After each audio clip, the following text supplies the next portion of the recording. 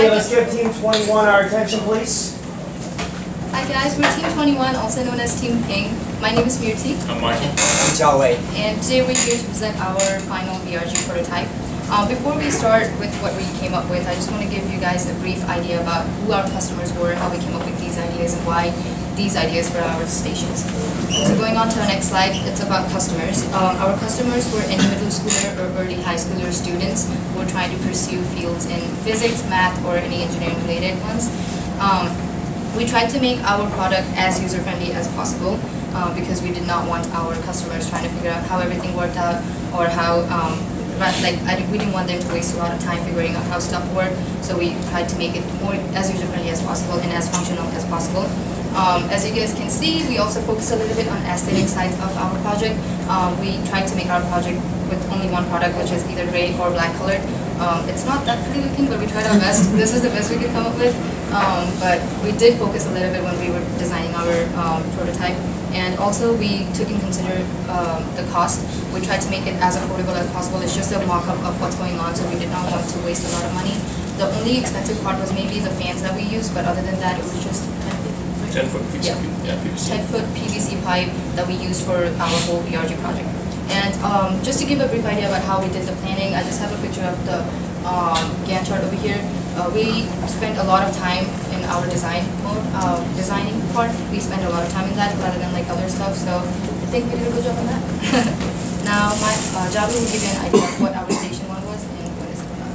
For our first station is about conservation momentum.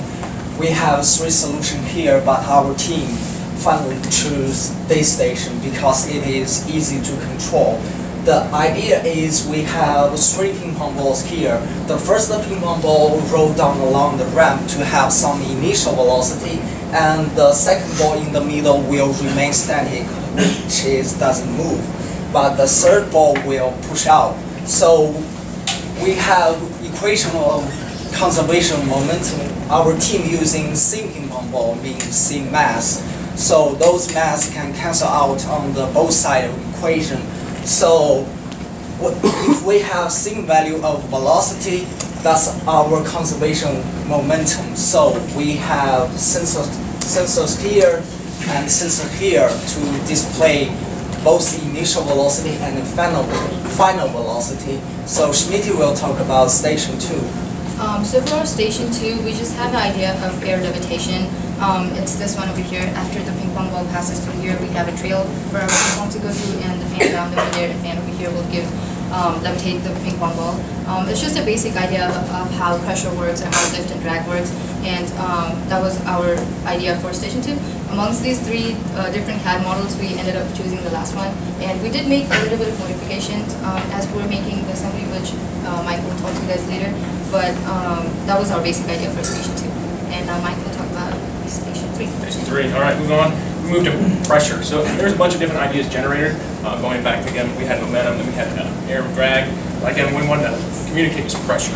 Okay, not possibly taking a force over an area and creating pressure, or vice versa, taking a pressure and creating a force over an area. And you can kind of see a little bit of the illustrations here. But again, from our three ideas, we have the one with the pressurized tank, which we selected. We thought it'd be a cool idea to just have kids pump up to a certain pressure and dump it and have fun playing with the numbers and gauge and pressure and all that deal. But so that was the one we selected. And again, coming back to each station had a big deal of just what we had to tweak and what we had to change mod, because these ideas you see here, and like we saw in the last 2 slides, a lot of them didn't work. And so it was the fact that we had to alter. You can see from the drawing versus what's sitting here before you is totally different. So just moving on there, that takes us to the final CAD model assembly. You can see from our original in CAD assemble, you can see how it looks totally different. We had different orientations, we had different stations here and there, moving from 1 to 2, and again, that's a rough estimate when we were first, throwing out ideas, but then you can see our final, when we were mocking it up, that's what it came out to be. So there's a lot of just, again, different orientations, different transitions from 1 to 2. We thought ramps, no, that didn't work, this didn't work, and so again, there was a lot of troubleshooting based inside this design that we wish we would have known beforehand, but again, that's part of the design. So that takes us to the thinner moves. The biggest problem of each station, we ran into little different things. Again, the big part was the transition, but again, I'll get to that first, and we'll focus on each one. The station with momentum, we ran into an issue. We originally thought that was going to be the last station coming off with a large incoming velocity being generated. Now we moved it to station 1 having a smaller initial velocity, and we had to make sure everything lined up perfectly. If not, the ball would lose a lot of its speed and mass, and just a lot of that fact would take into account when trying to transition to the next ball. And the fact that moving from there, we had to make sure everything was level and it wouldn't bind it anyway. And that takes into number two. We have with our fan. A lot of our fan that you saw in the original model, it was basically flat on the ground. And that when we originally did that, the fan didn't have enough air in volume intake, and so it wouldn't allow it to produce enough pressure or air drag to come up.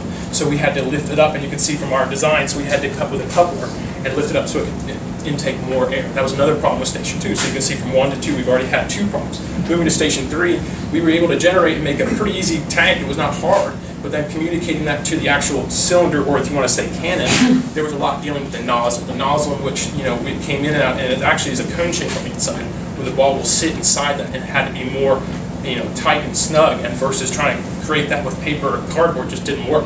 So we had to really think through, okay, how can we do this? How can we go through Lowe's and look through each bin? Okay, what can we match with the ping pong ball? That was part of it. So that was one of the deals right there. But again, focus on each station, you can see how if we didn't take into account, it took a lot of time. Moving on to our last part was the transition. I'm sorry.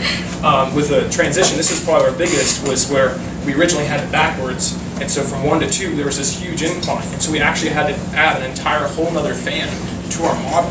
If we didn't have that, there was no way enough momentum would come up from there and enough velocity to get up to one ramp to the Station 2. So we had to generate, again, another fan, which is another cost, that would add into play with our whole list of economic parts. That just adds more and more, and there's a lot of these things you don't think about when the design of them. So moving on to the economic part, Joel will take part in that.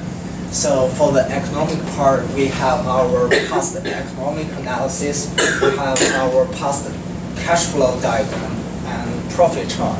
But those are going to change because we have our bill of materials, our team using PVC pipe that may change our cost.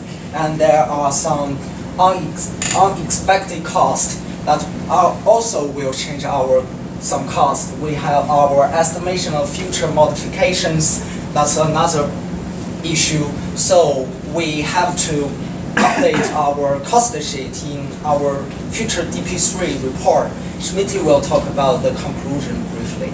So as a conclusion, we definitely learned how teamwork works and how we had a great time building this together. But apart from that, we did learn how teamwork works and how certain things work. But other than that, we also learned that as a designer, you might come up with really cool ideas. But when it comes to assembling and when it comes to really building it, there's going to be so many modifications that you have to come across, whether it's transition or orientation or small things like FME analysis or anything. They do matter a lot, and we as a team did learn that a lot when we were doing this. And if you guys have any questions, please can ask us. Thank you.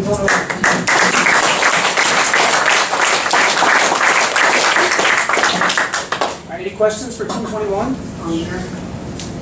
I have a question about the pressure chamber. Yeah. Is that expensive? No, that was actually part of the PVC, and so pretty much all the most expensive part was the fittings. And so the one you can see the gauge and the fitting that had it actually was from a plumbing store. For that, and you have a ball valve, is $2. I mean, just little things like that add up. But I mean, and the whole scheme of things for $20, you can walk out of a hardware store with a lot of stuff. And luckily, I grew up on a farm. With, a lot of stuff that be able to work on the machine, but be able to plug and chug, do that stuff. That was not too bad. It's a fan? The fan, those are hairdryer fans. So $10 for a cheap hairdryer, right? And so you just scrap and pull it out. And the funny thing is we had to learn a lot about that. I almost blew one up. Which is the fact that the main coil is actually the main resistor. So you think about it, you plug in 120, but then really what's going to your fan is only 12, and basically it runs the resistor out of the coil. And that was part of the learning experience, learning curve. So we could have, you could have thrown that into the slides. So we're talking about future costs where we blow up 3 of them, and then we finally figured out the 4th one, talking about we were learning with the learning curve. But that was just another deal. So yeah. Did you come up with a total cost yet for your project? Not yet. That was because we literally finished this last night. Okay. Last couple things, tweaking, and everything is working. Lord willing, but at the same time. Can you give me a range as to where you think it's going to end up? $100? I would say about 120, 140, somewhere around there. And that's again with a lot of extra parts bought. And I have boxed still part of them that we bought and we didn't use. Like part of one of the big slides you saw, we needed sensors. We bought all the sensors. We just ran out of time. Okay. And so that was part of it. So is that profit included? Is that profit included? I don't think so. I don't think we actually added that. That's just what we built on the bill of materials so far. So if we add that back, we can update anything else. So And please keep in mind, we're not comparing prices of projects, Yeah. but, you know, some did differently than others, and that's perfectly fine. That's why I never gave you a cost as part of the deal, right? So I never gave you a target cost. I wanted you to just kind of come up with whatever you came up with. So, could you sell this kit for $250? Possibly. Right? The previous team, right, you guys were like 47, so you could sell yours for 100 maybe, right? So different audiences, different techniques, different stations, not a problem. Does it work? Yes, sir, it does. And if you want me to hook it up, it was gonna take a little bit longer to hook up all the wires. But Yeah, we well, you guys want to see this working? Yeah. Try it. Yeah. So somebody on Wednesday is going to get to put this together, right? So, and then you guys. We haven't tried this since we've been here from the car ride. Really pray for this.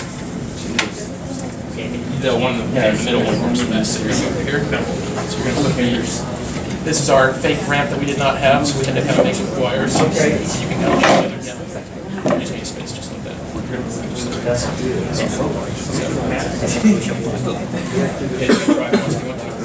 See if we pull out. Should be enough. Yeah. That's what it takes. So you can see it already. So you might have to give us a couple tries because again, getting initially set up doesn't always work. So. Go ahead. So this is the ball going down the ramp. Station 1? Yeah, going down the ramp. Station 1 hits the ball. And that's what it is. Very interesting. You can see what you're straight to, and then from there you can see it gets caught sometimes. So what you do is that's part of it is you need more pressure, so you traps the door. And this is where you can kind of play with it because if you wanted to, I can just hit the third and pick it over. So it was off the pipe? It's right now it's in here. Yeah. You can't. And the worst part is we wanted to have acrylic. So now you're in here. You adjust because you can hear the power drop between the fans too. So that's part of it. And you drop. You can see the ball drop back down. Come back up again. Sometimes it takes more than one time. And the idea is for it to sit right there. So they can sit there and play with it. So they can go, okay, well now we want to talk about air pressure. Let's see what happens when we turn panel 2 on, right? So you move to station 3.